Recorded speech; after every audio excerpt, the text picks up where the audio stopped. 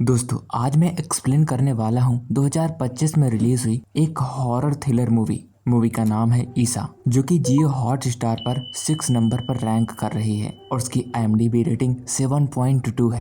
और यह एक इंडियन तेलुगु हॉरर है जिसकी कहानी को हम पूरी डिटेल के साथ एक्सप्लेन करेंगे। तो चलिए कहानी को शुरू करते हैं। कहानी की शुरुआत एक छोटे से गांव से होती है जहां एक मासूम सी बच्ची अजीब हालत में कब्रिस्तान के अंदर भटकती हुई दिखाई देती है। वह जाकर एक कब्र के ऊपर लेट जाती है। उसकी माँ यह सब देखकर बहुत डर जाती है क्योंकि पिछले कई दिनों से उसकी बेटी यही हरकत बार बार कर रही है। किसी को कुछ नहीं समझ आ रहा था कि आखिर उसके साथ क्या हो रहा है। तभी गांव का एक आदमी उन्हें एक मशहूर तांत्रिक के बारे में बताता है जो दावा करता है कि वह भूत प्रेत और आत्माओं को इंसानी शरीर से बाहर निकाल सकता है। अपनी बेटी को बचाने की आखिरी उम्मीद में माँ अगले ही दिन उस बाबा को अपने घर बुला लेती है। जब बाबा घर पहुँचता है तब बच्ची को रस्सियों से बांध कर रखा गया होता है। उसे देखते ही बाबा ऐलान कर देता है कि लड़की पर एक खतरनाक आत्मा का साया है जिसकी मौत पिछले कुछ समय पहले ही इसी गांव में हुई थी। यह सुनते ही पूरे गांव में सनसनी फैल जाती है। इसके बाद बाबा झाड़ फूक करना शुरू कर देता है। वह मंत्र पढ़ते हुए बच्ची को बेरहमी से हंटर करता है और दावा करता है कि इसी तरह उसके शरीर से आत्मा बाहर निकलेगी। गांव के लोग इसे सच मानकर सब कुछ देखते रहते हैं, लेकिन झाड़ फूक इतनी ज्यादा हो जाती है कि उस बच्चे की जान चली जाती है। उसकी मौत के बाद बाबा कहता है जिस आत्मा ने इस बच्ची के ऊपर कब्जा किया था वही उसे अपने साथ लेकर चली गई। यह सुनकर उसकी माँ पूरी तरह टूट जाती है, जबकि गांव के कुछ लोग इस घटना से अंदर तक हिल जाते हैं।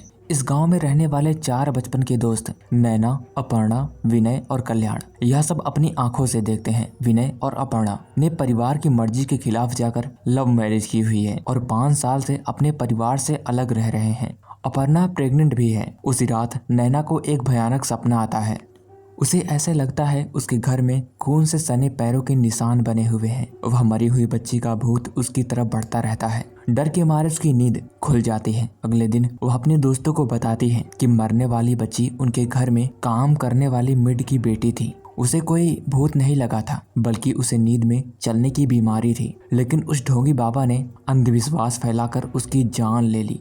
उसी समय चारों दोस्त ने फैसला कर लिया था अब किसी भी मासूम बच्चे की जान नहीं जाएगी। वे उस बाबा की हर गतिविधि पर नजर रखे हुए थे। जांच के दौरान पता चलता है कि बाबा पहले गांव में मरने वाले लोगों की जानकारी इकट्ठा करता है और फिर उसी का नाम लेकर कह देता है कि उसकी आत्मा किसी दूसरे इंसान के शरीर में घुस गई है। इसी सबूत के दम पर चारों सबसे पहले उसी बाबा का भांडा फोड़ कर देते हैं और उसे जेल पहुंचा देते हैं। इसके बाद वह ऐसे ही कई बाबाओं को फर्जी कामों के लिए पकड़वाते हैं। धीरे धीरे उनकी पहचान ऐसे लोगों में गिनी जाने लगती है जो अंधविश्वास लोगों को ठगने वाले लोगों को पकड़वा कर सच को दुनिया के सामने लेकर आते हैं। इसी दौरान उनकी रिसर्च एक बेहद हैरान कर देने वाले इंसान तक पहुंचती है जिसका नाम था डॉक्टर आदिदेव।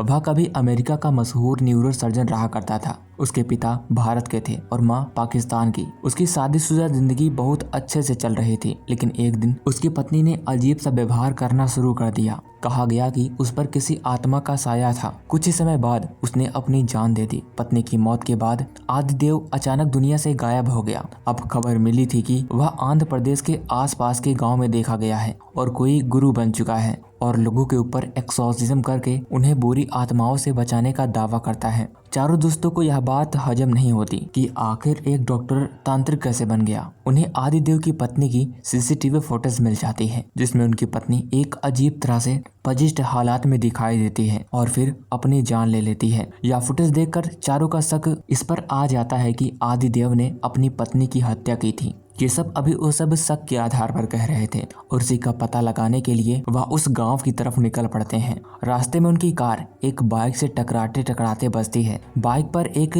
पति पत्नी अपने बच्चे के साथ सफर कर रहे थे। बाइक पर बैठी महिला जिसका नाम पुण्यवती था उन चारों को ध्यान से देख लेती है। कुछ दूर जाने के बाद अचानक उनकी बाइक का संतुलन बिगड़ जाता है। पुण्यवती गहराई खाई में गिर जाती है। उस समय दूसरी तरफ से एक आदिवासी दंपत्ति अपनी बेटी को लेकर आदिदेव के आश्रम जा रहा था। उन्हें लगता है कि उनकी बेटी पर किसी आत्मा का साया है, तो इसी वजह से वे एक्सीडेंट देखकर रुक जाते हैं और पूर्ववर्ती को बचाने की कोशिश करते हैं, लेकिन वह उनकी आंखों के सामने ही दम तोड़ देती है। मरने के ठीक पहले उसकी नज़र आदिवासी के साथ मिलती है। कुछ देर बाद वही आदिवासी फैमिली अपनी बेटी को लेकर आदिवासी के यानी कि आदिदेव के आश्रम में पहुंचता है। इस समय नैना, अपर्णा, विनय और कल्याण वे चारों भी वहीं पर पहुंच जाते हैं।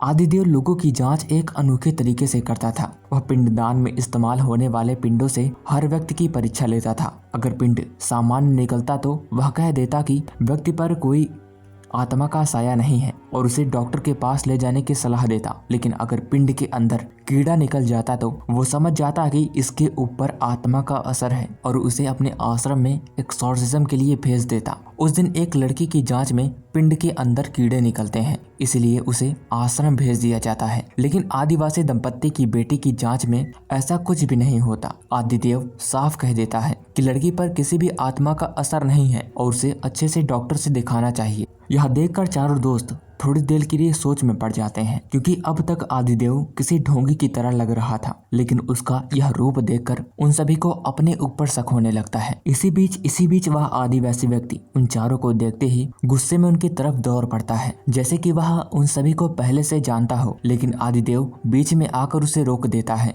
बाद में आदिदेव चारों दोस्तों को बुलाकर आपस में बात करता है। वे सीधे उस पर आरोप लगाते हैं कि वो भी बाकी बाबाओं की तरह उन्हें ठग रहा है। आदिदेव शांत होकर जवाब देता है, कभी वह भी उनकी तरह सोचता था और आत्माओं पर बिल्कुल भी विश्वास नहीं करता था। लेकिन अपनी पत्नी की मौत पर उसने कुछ ऐसा देखा जिसने उसकी पूरी जिंदगी बदल दी। उसका कहना था उस दिन उसका सामना एक ऐसी ताकत से हुआ था जो इस दुनिया की नहीं थी। तभी उसे एहसास हुआ कि इंसानों के अलावा भी एक ऐसी दुनिया है जहां आत्माएं मौजूद हैं और मौका मिलने पर वह वापस लौटकर लोगों को परेशान करती हैं। वह कहता है डॉक्टर शारीरिक और मानसिक का इलाज कर सकते हैं, लेकिन अगर कोई सच में किसी पैरानॉर्मल ताकत का शिकार हो जाए तो उसकी मदद करने के लिए कोई नहीं होता।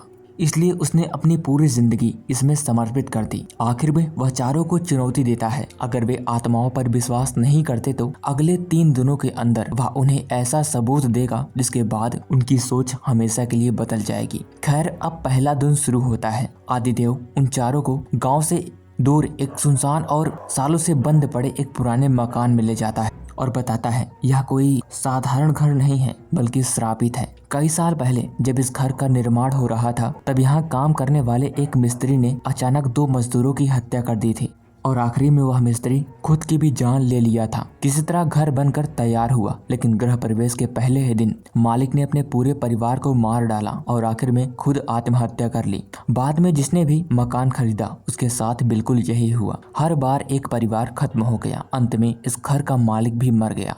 आदिदेव कहता है इस घर में ऐसी आत्माएं रहती हैं जो इसे अपना ठिकाना मानती हैं और किसी भी इंसान को यहाँ ज्यादा दिन जिंदा नहीं रहने देती हैं। उन चारों दोस्तों को बिल्कुल भी विश्वास नहीं था। तब आदिदेव उन्हें चुनौती देता है कि वे लगातार अगर 3 दिन तक इस घर में रह गए तो, और अगर उन चारों को यहाँ पर कोई पैरानॉर्मल घटना समझ में नहीं आई तो वह हमेशा हमेशा के लिए यह काम छोड़ देगा। साथ ही साथ वह यह भी बताता है उसने घर में पूरे सुरक्षा के लिए पूजा बंधन और यंत्र स्थापित किए हैं ताकि वहां मौजूद शक्तियां उन तक न पहुंचे। जाते जाते वह सिर्फ एक चेतावनी देता है, चाहे कुछ भी हो जाए किसी भी हालत में इस घर की सीमा के बाहर मत निकलना। इतना कहकर वो वहां से चला जाता है। कुछ समय बाद अपर्णा अकेले घर में अंदर घूमने लगती है। जैसे जैसे वह अलग अलग कमरे में जाती उसे अजीब तरह की बेचैनी महसूस होने लगती है। अचानक उसकी आंखों के सामने घर में मरे हुए लोगों की डरावनी झलकियां दिखाई देने लगती है।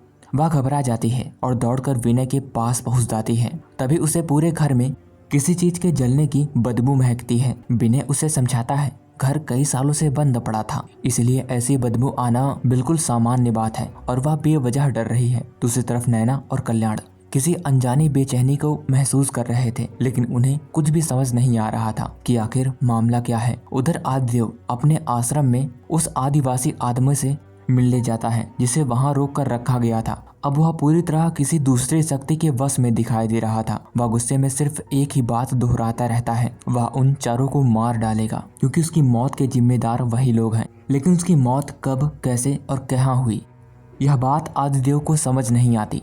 इधर रात होते ही चारों दोस्त उसी घर में सो जाते हैं। आधी रात के समय उन्हें महसूस होता है कोरी परछाई घर के एक कोने से दूसरे कोने तक घूम रही है। तभी अपर्णा को किसी चलने की आहट सुनाई देती है। वह आवाज का पीछा करते हुए कमरे से बाहर निकलती है, लेकिन बाहर कोई नहीं होता। जब तक वह वापस लौटती तो उसकी नजर विनय के बगल में बैठी एक जली हुई औरत की डरावनी आकृति पर पड़ती है। वह जोर से चीख उठती है। उसकी चीख सुनकर बाकी सभी भी जाग जाते हैं, लेकिन तब तक वह आकृति गायब हो चुकी थी। किसी को भी कुछ नहीं दिखाई देता। सब यही कहते हैं कि शायद डर की वजह से उसे भ्रम हुआ होगा। उसे आराम करने के लिए कह देते हैं। इसके बाद कल्याण भी नैना से कहता है उसे भी लगातार किसी जली हुई चीज की बदबू महसूस हो रही है। नैना उसकी बात को वहम कहकर टाल देती है, लेकिन जब वह कमरे में पहुंचती है तो साफ महसूस होता है कि वहां पर कोई और भी मौजूद है। अचानक किसी की धीमी हंसी पूरे कमरे में गूंजने लगती है। आवाज का पीछा करते करते उसे एक पुराना आईना दिखाई देता है। वह उसमें देखती है, लेकिन उसमें उसका प्रतिबिंब दिखाई ही नहीं देता। अगले ही पल उसी आईने में एक बेहद डरावना और विकृत चेहरा उभर आता है। यह देखकर उसके होश उड़ जाते हैं और वह भी भागकर कल्याण के पास पहुंच जाती है। नैना अब अपना शक जाहिर करती है। उसका कहना था कि आदिदेव ने लोगों को डराने के लिए घर के अंदर ऐसा केमिकल छोड़ा है जिसकी वजह से सभी लोग हेलुसिनेस हो रहे हैं। दोनों मिलकर पूरे घर की तलाशी लेते हैं। तभी उन्हें एक कोने में एक छुपा हुआ अग्नि कुंड दिखाई देता है जिसमें लगातार आग जल रही थी। उससे निकल रहा धुआं देखकर दोनों को यकीन हो जाता है कि यही धुआं उनकी मानसिक स्थिति पर असर कर रहा है और आदिदेव जानबूझकर यह सब कर रहा था। अगली सुबह वे सीधे आदिदेव के पास पहुंचते हैं और उस पर आरोप लगाते हैं कि वह खुद को साबित करने के लिए लोगों के साथ धोखा कर रहा है। वे मांग करते हैं अगर वह सच में ईमानदार है तो घर में लगाए गए सारे सुरक्षा कवच हटा दिए जाएं और उस अग्निकुंड को भी बुझा दिया जाए। अगर उसके बाद भी कुछ असामान्य होता है तो तभी वे उसकी बात मानेंगे। आदिदेव बिना किसी बहस के उसकी बात मान लेता है। वह सारे बंधन हटवा देता है और अग्निकुंड की भी आग बुझा देता है। इसके बाद चारों गांव में घूमने के लिए निकल पड़ते हैं। चलते चलते वह एक गहरी खाई के पास पहुंचते हैं। वहीं अचानक अपर्णा की नजर आसमान की तरफ पड़ती है। उसे सूरज में कुछ अलग तरह की अजीब रोशनी दिखाई दे रही थी। उस रोशनी को देखने के बाद उसे ऐसा होता है जैसे वो किसी भ्रम में फंस गई हो और उस खाई की तरफ धीरे धीरे बढ़ने लगती है। तभी बाकी तीनों भी समय रहते उसे बचा लेते हैं। उसी समय वहीं पर कुछ बकरियां चल रही थी। अचानक वह जोर जोर से मिमियाने लगती हैं और बुरी तरह घबराकर इधर उधर भागने लगती हैं। नैना एक बकरी को पकड़ने की कोशिश करती है, लेकिन डर के मारे वह बकरी सीधे खाई में छलांग लगा देती है और वहीं पर मर जाती है। यह बेहद अजीब घटना देखकर अपर्णा और भी ज्यादा डर जाती है, इसलिए उसे सभी लेकर वापस लौट आते हैं, लेकिन विनय वहीं पीछे रह जाता है। तभी अचानक कई जंगली कुत्ते उसे चारों तरफ से घेर लेते हैं। वे उस पर हमला करने के लिए दौड़ पड़ते हैं। जान बचाने की कोशिश में विनय का पैर फिसल जाता है और वह खाई में गिर जाता है। उधर आश्रम में बंधा हुआ आदिवासी जो आदमी था वह अचानक अपनी रस्सियां तोड़कर वहां से भाग निकलता है और सीधे पुण्यवती के घर पहुंच जाता है। वहां वह पुण्यवती के पति को देखकर फूट फूट कर रोने लगता है। फिर वह उनके छोटे से बच्चे को गोद में लेता है और उसे सीने से ऐसे से लगा कर रोता है जैसे कोई माँ अपने बच्चे से बिछड़ गई हो। तभी गांव वाले वहां पर पहुंच जाते हैं। वे उसे बच्चे के साथ देखकर गलत समझ बैठते हैं और उसकी बेरहमी से पिटाई शुरू कर देते हैं, लेकिन बार बार वह व्यक्ति दीवार पर लगी पुण्यवती की तस्वीर की तरफ इशारा कर रहा था, मानो कहना चाह रहा हो कि यह तो वही पुण्यवती है या फिर उसकी आत्मा ने उसके शरीर पर कब्जा कर लिया है। इधर रात में विनय भी कैसे करके घर लौटता है, लेकिन अब उसका व्यवहार बेहद बदल चुका था। वह बेहद अजीब तरह से बदल रहा था। अपर्णा घबराकर कहती है कि उन्हें तुरंत यह गांव छोड़ देना चाहिए, लेकिन विनय साफ मना कर देता है और कहता है वह एक दिन और यहीं रुकेंगे। हैरानी की बात यह होती है कि बाकी दोस्त भी उसी की बात का समर्थन करने लगते हैं। सिर्फ अपर्णा ही थी जो अब एक पल वहां नहीं रुकना चाहती थी। इसी बीच अचानक आदिवासी आदमी वहां पहुंच जाता है और उन चारों पर हमला कर देता है। जान बचाने के लिए सभी लोग जंगल की तरफ भागते हैं। वह लगातार उनके पीछे दौड़ रहा था और रोते हुए अपने बच्चे का नाम पुकार रहा था। ऐसा लग रहा था जैसे उसके शरीर में सचमुच पुण्यवती की आत्मा मौजूद हो। तभी सही समय पर आदिदेव वहां पर पहुंच जाता है। वह भस्म का प्रयोग करके उस आदिवासी आदमी को शांत करा देता है। इसके बाद वह चारों को बताता है जिस दिन वे इस गांव में आ रहे थे उसी दिन उनकी कार की वजह से एक बाइक सवार हादसे में शिकारी हो गया था। उसी हादसे में पुण्यवती की मौत हो गई थी। वह अपने बच्चे और परिवार से हमेशा के लिए बिछड़ गई थी, इसलिए उसकी बेचैन आत्मा अब उन लोगों से बदला लेना चाहती है। लेकिन नैना इस कहानी को मानने से साफ इनकार कर देती है। उसका कहना था कि आदिदेव यह कहानी सिर्फ उसे डराने के लिए सुना रहा है। उसके मुताबिक यह सब पहले से तय था और यह सब नाटक किया जा रहा था। इसमें सच्चाई नाम की कोई भी चीज नहीं थी। हालांकि हकीकत यह थी कि गांव आते समय सच में उनकी कार बाइक से टकराते टकराते बची थी। लेकिन उस वक्त किसी ने भी यह ना सोचा कि वही घटना आगे चलकर इतनी खौफनाक सच्चाई बन जाएगी। खैर, सभी लोग वापस उसी श्रापित घर में लौट आते हैं। रात होते ही कल्याण को दो छोटी बच्चियों के खेलने की और हंसने की आवाज सुनाई देती है। आवाज का पीछा करते करते वह घर के पीछे पहुंच जाता है। वहां उसे दो मासूम बच्चियां दिखाई देती हैं, लेकिन अगले ही पल उनकी नजर उनकी मां पर पड़ती है और उसे देखकर उसके पैरों तले जमीन खिसक जाती है। उस औरत का सिर उसके धड़ से पूरी तरह अलग हो चुका था, फिर भी वह अपने बच्चे के साथ खड़ी थी। यह भयानक दृश्य देखकर कल्याण की हालत खराब हो जाती है। जब वह डरकर आसमान की तरफ देखता है तो वहां चांद के पास खून जैसा लाल एक दूसरा चांद दिखाई देता है, जिसकी वजह से पूरा माहौल और भी ज्यादा डरावना हो जाता है। उधर दूसरी तरफ आदिदेव रास्ते में एक रेलवे ट्रैक के पास पहुंचता है। वहां लोगों की भीड़ लगी हुई थी। वहां मौजूद एक आदमी उसे बताता है कि कुछ देर पहले एक महिला अपनी दो बच्चियों को छोड़कर अकेले ट्रेन के सामने कूदकर अपनी जान दे दी। उसकी सिर कटी लाश अभी भी ट्रैक पर मौजूद थी। तभी आदिदेव समझ जाता है कल्याण ने जिस भूत को देखा था वह उसी महिला की बेचैन आत्मा थी। अगली सुबह एक और रहस्यमय घटना सामने आती है। आदिदेव चार कब्र जैसी जगह के सामने बैठा था और एक विशेष तरह का रिचुअल परफॉर्म कर रहा था। हैरानी की बात यह थी कि उन चारों जगह पर वहां नैना, अपर्णा, विनय और कल्याण की प्राइवेट चीजें रखकर पूजा की जा रही थी। दूसरी तरफ विनय अचानक कल्याण के पास पहुंचता है और बेहद भावुक होकर कहता है उसकी जिंदगी का कोई भरोसा नहीं, इसलिए उसे नैना से अपने दिल की बात कह देनी चाहिए। इतना कहकर वह कल्याण को गले लगा लेता है। उसी दौरान कल्याण की नजर आसमान पर पड़ती है, जहां उसे एक नहीं बल्कि दो दो सूरज दिखाई देते हैं। अब तक उसे समझ नहीं आ रहा था कि आखिर उसके साथ हो क्या रहा है। कुछ देर बाद विनय अपर्णा के पास पहुंचता है, लेकिन अचानक कोई अदृश्य ताकत उसे पीछे की तरफ घसीटने लगती है। अपर्णा घबराकर बाकी लोगों को भी आवाज देती है। तभी कल्याण देखता है कि एक काली परछाई अब उनकी तरफ बढ़ रही है। वह नैना का हाथ पकड़कर वहां से भागने की कोशिश करता है, लेकिन वह रहस्यमयी साया उसे उठाकर सीधे पानी में फेंक देता है। देखते ही देखते कल्याण हमेशा के लिए गायब हो जाता है। यह सब देखकर नैना पूरी तरह टूट जाती है और उसे पहली बार एहसास होता है कि मामला उसकी सोच से कहीं ज्यादा खतरनाक है। इसी समय आदिदेव भी वहां पर पहुंच जाता है और आखिरकार इस पूरी कहानी का सबसे बड़ा राज खोलता है। वह बताता है जिस दिन ये चारों गांव आ रहे थे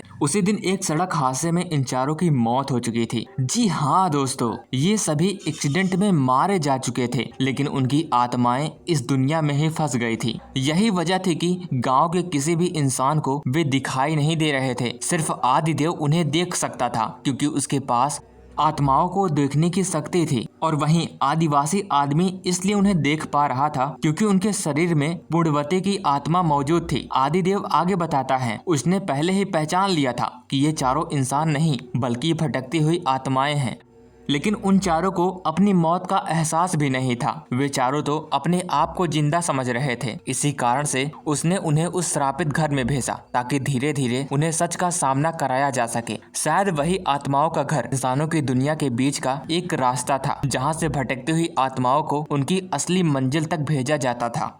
आदिदेव नहीं चाहता था कि ये चारों की आत्माएं ऐसे ही भटकती रहें और बाकी लोगों के लिए खतरा बन जाएं। अब वह एक एक करके सारी रहस्यमय घटनाओं का जवाब देने लगता है। बकरियां उन्हें इसलिए देखकर डर गई थी क्योंकि जानवर इंसान से पहले आत्माओं की मौजूदगी महसूस कर लेते हैं। उसी डर की वजह से एक बकरी खाई में कूद गई थी। कुत्ते भी लगातार उन पर भौंक रहे थे क्योंकि उन्हें पता था कि उनके सामने इंसान नहीं बल्कि आत्माएं खड़ी हैं। विनय जब खाई में गिरने के बाद भी वापस लौट आया था तब उसका बदला बदला हुआ व्यवहार इसी वजह से था। शायद उसी पल उसे एहसास हो गया था कि अब वह जिंदा नहीं रहा। आखिर इतनी ऊंचाई से गिरने के बाद कोई भी आदमी का बच पाना लगभग नामुमकिन था। इसके बाद आदिदेव नैना को समझाता है अब उनका इस दुनिया में रहने का समय खत्म हो चुका है। जो काला साया लगातार उनका पीछा कर रहा था वो कोई भूत नहीं बल्कि उनकी खुद की मौत थी, जो अपनी अधूरी आत्माओं को साथ ले जाने आई थी। अब नैना को उन सभी डरावने संकेतों का मतलब भी समझ आ चुका था। अपर्णा को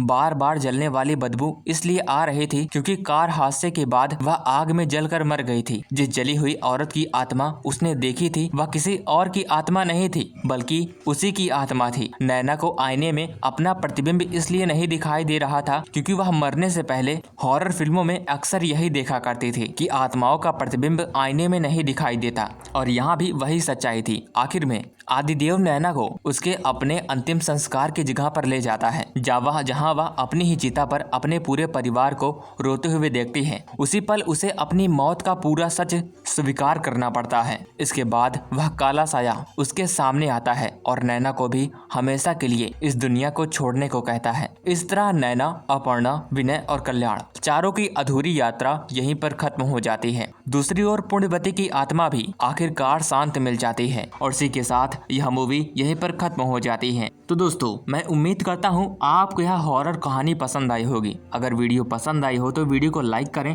और चैनल को सब्सक्राइब करें। बाकी इस चैनल पर ऐसे ही हॉरर कंटेंट आते रहते हैं तो चैनल को प्लीज सब्सक्राइब कर लेना। मिलते हैं किसी और हॉरर वीडियो के साथ, तब तक के लिए till then take care, bye bye.